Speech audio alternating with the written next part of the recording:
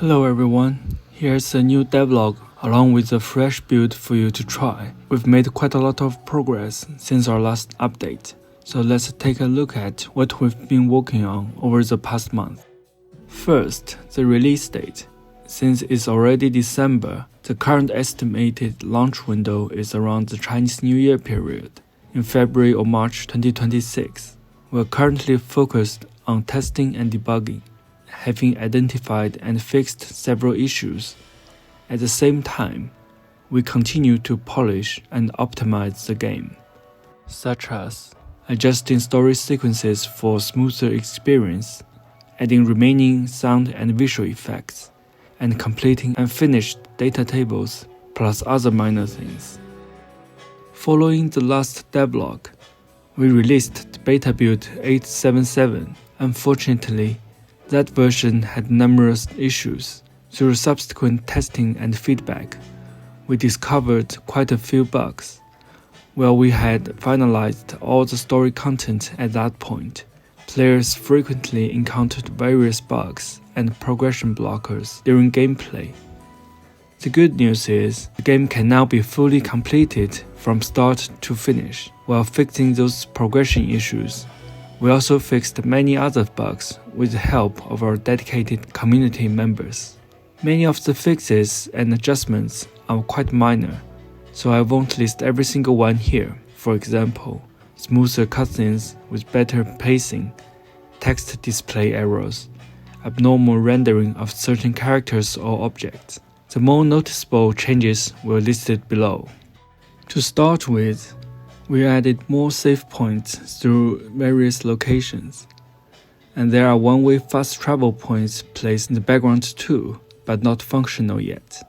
We also added benches that advance time, now only to forward to the next time block. The time forwarding function has been removed from the status menu. Shop NPCs now have voice lines. いらっしゃい。腹が減ったらまた来な。いらっしゃいませ。どのようなご用件でしょうか。売りたいものはありますか。またのお越しをお待ちしてます。や、いらっしゃいませ。ありがとうございました。おお、よくぞ参ったな。仕方あるまい。かたじけない。大義であった。いらっしゃいませ。ありがとうございました。いらっしゃい、可愛い子ちゃんたち。必要になったらまたおいで。へいへい、よく来た。下半身も鍛えろよ。今日は何にする？また来てね。いらっしゃい。何かご用かしごゆっくりどうぞ。またお越しになるのを待ってるわ。Most of the common enemies also have voice lines, and some even have sound effects. All bosses are fully voiced too. We made major adjustments and optimizations to the class system. Attending class now requires interacting with the teacher inside the classroom to start a minigame. A preparation screen will appear first, showing a thumbnail of the minigame, a very simple one-line text tutorial, and the rewards for completing each class level. After successfully finishing the class, a notification will also show the rewards or skills you obtained, and you can now attack the teacher after class. Different teachers will react differently. The small white pill that sometimes appeared in-game should no longer show up. We've reorganized the drop list for enemy NPCs, breakable objects, and loot boxes. Even if a white pill does appear, picking it up will no longer corrupt your save file. Such cases only occur if the dropped item's icon reference is incorrect. The item can still be picked up, placed in your inventory, and used normally. The skill and perk list are reorganized. Now the skill effects and descriptions are matched and accurate. The EXP required for skill upgrades still need further balancing though. Throwable weapons now have sound effects. They feel great to use. It almost makes me want to make an action shooter.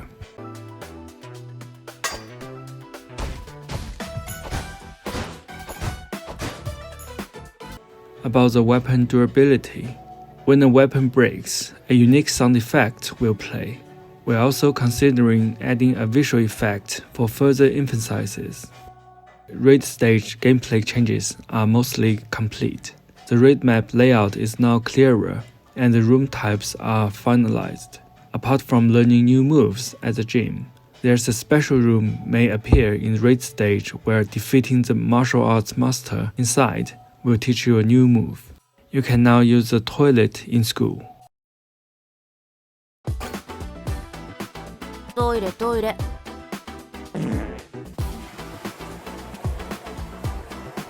すっきりした。 The save screen now displays the current in-game day. We plan to add the current story chapter later. We also added some fun accessory effect, such as allowing to knock people over while running, letting you jump very far and high, or leaving explosive after images when dodging. There are also an accessory that grants compensation if you are defeated. We plan to continue adding more interesting and functional accessories, not just for fun, but also to enhance the gameplay. Apart from what I've mentioned, there are other minor changes like the new look of the schooners. Quest hints and guidance are clearer. Camera distance varies by scene, wider outdoors and closer indoors. Projectiles from both player and enemies are now larger and easier to see. We've designed a new set of in-game interaction icons, but not implemented yet. Footstep sounds are now played when going upstairs at the player home and school. Door opening and closing sound will be added later. You now start the game with a melee weapon and a ranged throwing weapon to help introduce the beginning control tutorial. Early interactions with the workbench in bedroom will trigger a small text that hints on how to unlock it. Similarly, investigating the bathroom at home or the school library will provide corresponding clues. Some story sequences have been optimized, though most still need polishing. This is currently a lower priority. Overall, we've now entered the second phase of pre-release. The main goal now is polishing and optimization. Here is what we'll be working on next. We'll replace interaction icons with a new set. Then add more facial expressions and blinking animations to the character portraits UI in the top left corner. Next, improve the crafting and enhancement system for weapons and items. Only half of the crafting list is done at the moment, and new functions for glove equipment mod parts haven't been started. Unlocking crafting recipes has been moved to the library. Reading books will no longer grant EXP, but each book will give one or several crafting recipes for your workbench. We will also using the time in between the bigger part to finalize all accessory effects, additional attributes for glove equipment. Another important thing is to place NPCs throughout the game world for dialogue and interaction, with conversations changing based on the time and story progress. This will lay the groundwork for future mini-side quests, implementing new visual for the skill and perks UI, which will also display the player's current class progress at school. Finishing the new explosion effects set, not only to enhance combat visuals, but mainly used for smashing breakable vehicles. Shop inventories will unlock new items as the story progresses. We've also added new location where special NPC merchants will appear as the game advances, selling rare items and offering unique services, for example, combining low-tier stickers into high-tier ones. Kickstarter back NPC dialogues will use the same dialogue interface as main story dialogue, as the one we use in main story chapters. Complete remaining raid stage related content like results screen, raid challenges, buff shops, etc. We'll also finalize the UI visuals for the time advance screen, implementing the Kickstarter neighbor tier custom backer NPCs, including basic dialogue and being punchable by the player. We also plan to finish the character status condition functions, but we will leave this one in lower priority. While it affects the difficulty and gameplay at some point, but its absence doesn't drastically impact the overall gameplay that much, I think. Eating at the restaurant will grant a buff that lasts for one full-time block, and stacks with the other buffs. However, the activity of eating itself will advance time slightly, so the players will need to balance their temporary gains.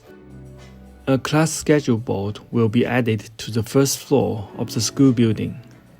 After meeting simple requirements such as attending each class once, player can use it to quickly start any class, though you will still be spawned in the corresponding classroom afterward. Health bars will appear above common enemies. Both health bar and damage number display can be turned off in the game setting options. More fun little details such as pulling the fire alarm at school, being able to step on cockroaches and rats on the street.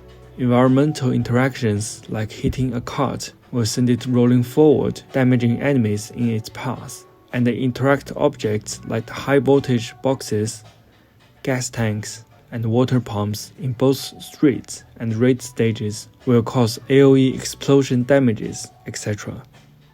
If time allows, we will also polish the minigames with more sound and visual effects.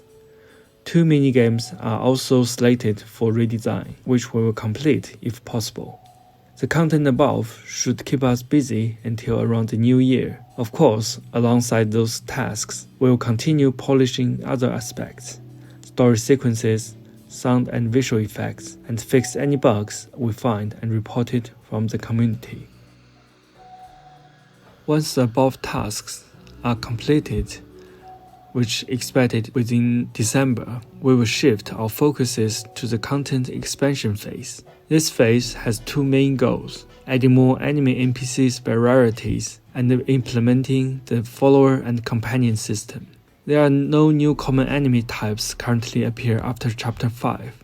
Plus, we also need more non-storage characters to serve as bosses in repeatable raid stages. Fortunately, we have many half-done work-in-progress assets, which should save us time in creating new enemy NPCs.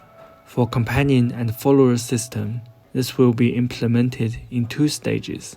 The first stage is to enable Julie as a permanent follower, with the option to toggle her on and off through the whole game. Next will be the raid stage exclusive followers, allowing you to bring several soldiers into combat-heavy areas. If time allows, we will also add followers that you can hire in open world, including both combat types and non-combat support types, such as those who provide discount at shops. These open world recruits will follow you anywhere until you dismiss them or they die in the fight. Beyond the planned features, we'll continuously monitoring crash and error reports and working on fixes. The current build experiences occasional crashes with fatal error messages. We suspect 2 potential triggers. One is the skill and perk feature, which has some flaws in its initial 2019 design. While we have patched up and made fixes through the development, it might still enter a logic loop under certain conditions, causing a crash. Another trigger might be the NPC and enemy spawning mechanics or the enemy AI based on current issue reports. Whatever the cause, these random crashes significantly hurt the player experiences. We'll do our best to resolve them. In the worst case, we may need to redesign the modules, which could delay some content additions. However, if it ensures a stable, mostly bug-free, and smooth gameplay experiences, it will be worth it. That's all for this devlog. The new standalone beta build download link is in a separate Kickstarter update page and Discord tester channel. I will see you guys next time. Bye bye.